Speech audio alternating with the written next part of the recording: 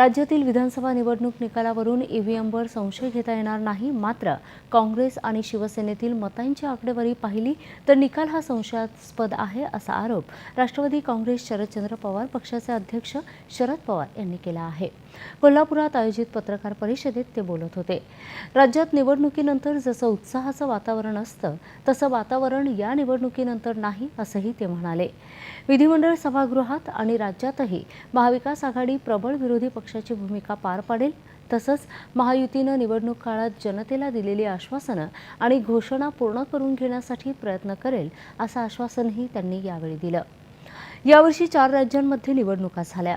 त्यात हरियाणा आणि महाराष्ट्र यांसारख्या मोठ्या राज्यांमध्ये भाजपा सरकार आलं तर जम्मू काश्मीर आणि झारखंड यांसारख्या छोट्या राज्यात विरोधी पक्षांची सत्ता आली असंही ते म्हणाले.